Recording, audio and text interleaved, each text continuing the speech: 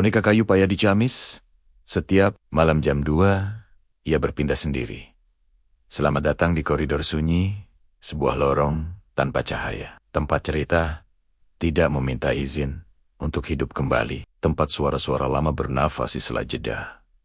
Dengarkan perlahan. Jangan mempercepat napasmu.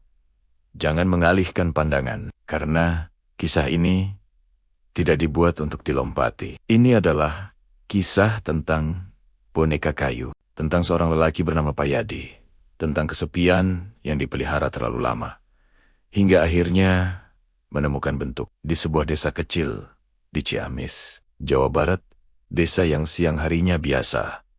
Sawah hijau, anak-anak bermain, orang-orang saling menyapa. Tapi malamnya selalu terasa berbeda, terutama di bagian pinggir desa. Di sana berdiri sebuah rumah tua, sendiri, menghadap kebun bambu. Tempat angin selalu berbunyi, walau tidak ada yang bergerak. Rumah itu milik Pak Yadi, seorang pengrajin kayu. Tangannya kasar, tubuhnya kurus. Matanya selalu tampak lelah. Sejak istrinya meninggal, Pak Yadi hidup sendiri. Ia jarang keluar rumah, jarang berbicara, dan mulai menghabiskan waktu lebih lama di bengkel kecil belakang rumah. Memahat kayu, mendengar suara pahat, lebih lama daripada suara manusia.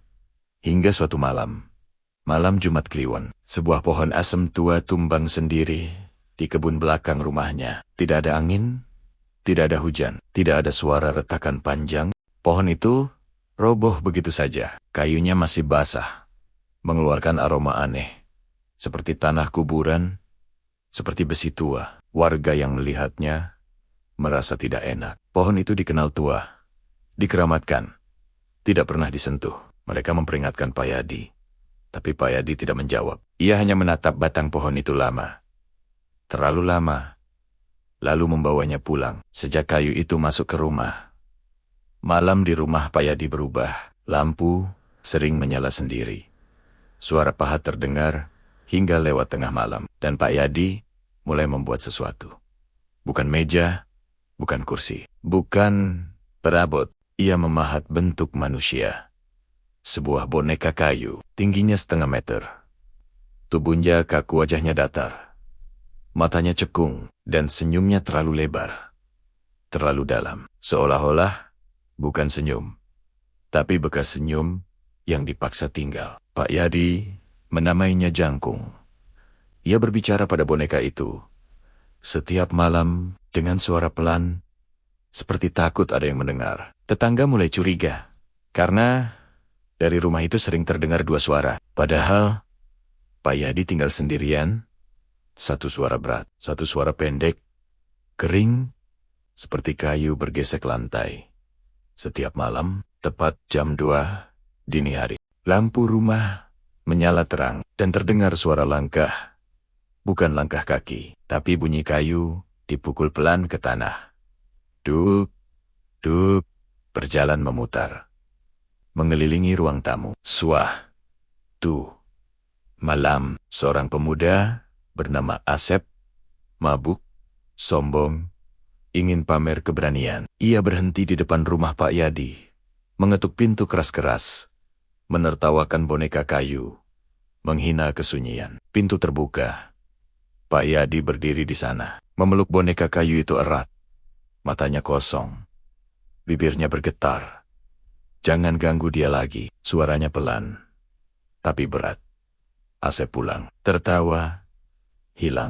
Malam itu juga, ia menggigil, mengigau, berteriak melihat boneka kayu berdiri di sudut kamarnya, menatap tanpa berkedip. 3 hari kemudian, Asep meninggal.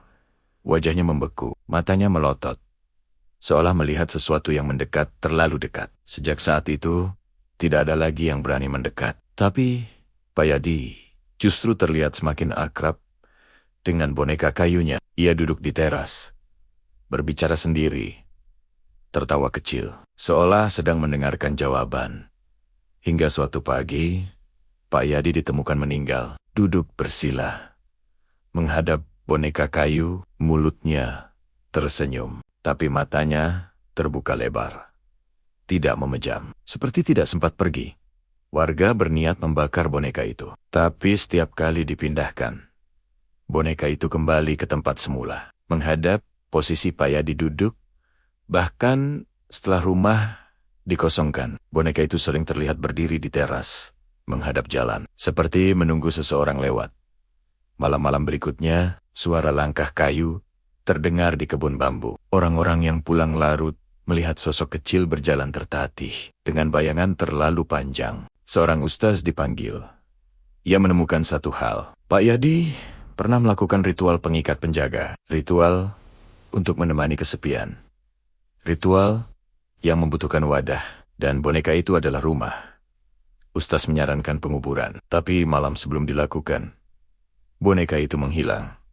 Sejak saat itu, setiap jam 2 dini hari, beberapa rumah mendengar ketukan kayu di pintu. Pagi harinya, selalu ada serpihan kayu kecil dan bau tanah basah. Beberapa orang bermimpi sama.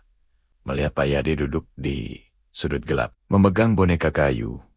Kini matanya terbuka, menatap lurus. Dan jika malam ini, saat kau mendengar cerita ini, kau merasa ada bunyi kayu dari sudut yang tidak terlihat, jangan cari, jangan panggil. Karena boneka kayu Pak Yadi dari Ciamis tidak pernah benar-benar pergi. Ia hanya berpindah, mencari rumah yang cukup sunyi untuk menerimanya. Dan koridor sunyi hanya membuka pintu, bukan menutupnya kembali. Tidak ada yang benar-benar selesai setelah boneka itu menghilang. Desa kembali tampak normal di siang hari. Orang-orang bekerja, anak-anak berlari, sawah tetap hijau. Tapi malam menyimpan ingatan, dan ingatan tidak pernah benar-benar pergi.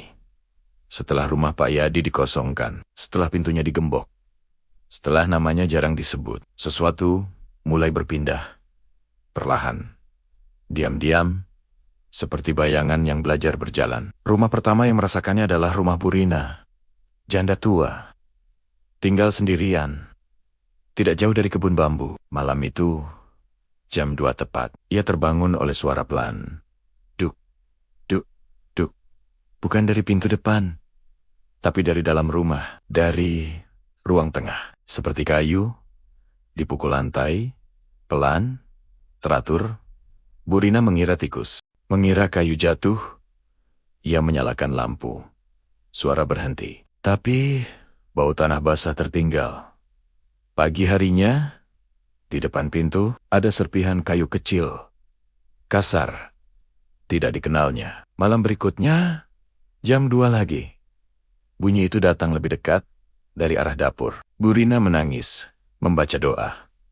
Suara berhenti, tapi sejak malam itu, Burina selalu bermimpi sama. Mimpi melihat Pak Yadi duduk di sudut rumahnya, tersenyum, memegang boneka kayu. Kini lebih gelap, lebih berat, dan matanya terbuka, menatap lurus. Burina meninggal sebulan kemudian, dalam tidur, dengan wajah tenang, terlalu tenang. Rumah berikutnya adalah rumah Denny, anak muda, baru menikah, tidak percaya cerita.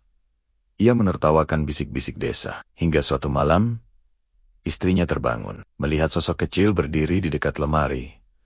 Tidak bergerak, tidak bernapas. Hanya berdiri. Dini menyalakan lampu. Tidak ada apa-apa. Tapi lantai dingin, seperti baru dilewati sesuatu. Jam 2 dini hari, setiap malam, lemari mereka selalu terbuka sendiri.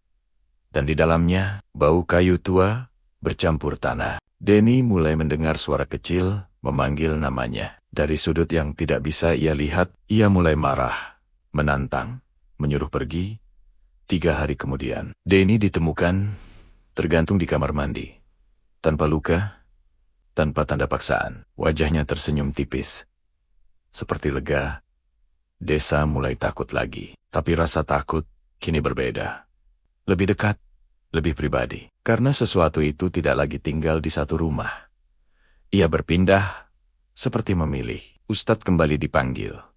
Ia berkata satu hal.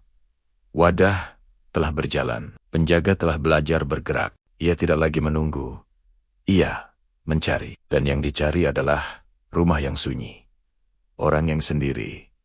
Jiwa yang retak. Malam-malam berikutnya, korban tidak selalu meninggal. Beberapa hanya berubah. Seorang anak kecil mulai berbicara sendiri, menyebut nama Jangkung. Seorang ibu mengaku melihat boneka kayu duduk di sudut kamar anaknya setiap jam 2. Seorang pria tua mendengar ketukan kayu dari dalam tubuhnya sendiri, seperti tulang dipukul pelan. Desa ingin menutup cerita, tidak lagi membicarakan Pak Yadi, tidak lagi menyebut boneka. Tapi justru sejak itu, gangguan menyebar, tidak hanya di desa itu, tapi ke desa sebelah, ke rumah-rumah yang menerima cerita ini, ke orang-orang yang mendengarkan. Beberapa pendengar koridor sunyi mengirim pesan, mengaku mendengar suara kayu setelah mendengar kisah ini. Mengaku mimpi yang sama. Sudut gelap, Pak Yadi. Boneka kayu, mata terbuka, menunggu. Ustaz akhirnya berkata sesuatu yang tidak ingin didengar siapapun. Boneka itu tidak perlu dibakar. Tidak perlu dikubur. Karena ia bukan lagi benda, ia sudah menjadi perjalanan. Selama masih ada orang yang kesepian, selama masih ada rumah yang terlalu sunyi, selama masih ada yang mau mendengarkan, ia akan datang jam 2 dini hari, dengan langkah kayu, pelan, teratur, mendekat.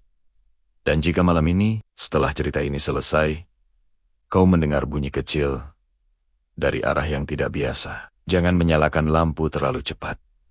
Jangan memanggil siapapun, dan jangan memastikan, karena beberapa hal menjadi nyata. Saat kau memastikan keberadaannya, boneka kayu Pak Yadi dari Ciamis kini tidak lagi membutuhkan rumah lama. Ia telah belajar mengetuk pintu dari dalam, dan koridor sunyi hanya menjadi saksi, bukan penjaga, dan tidak ada penutup untuk cerita yang memilih berjalan sendiri.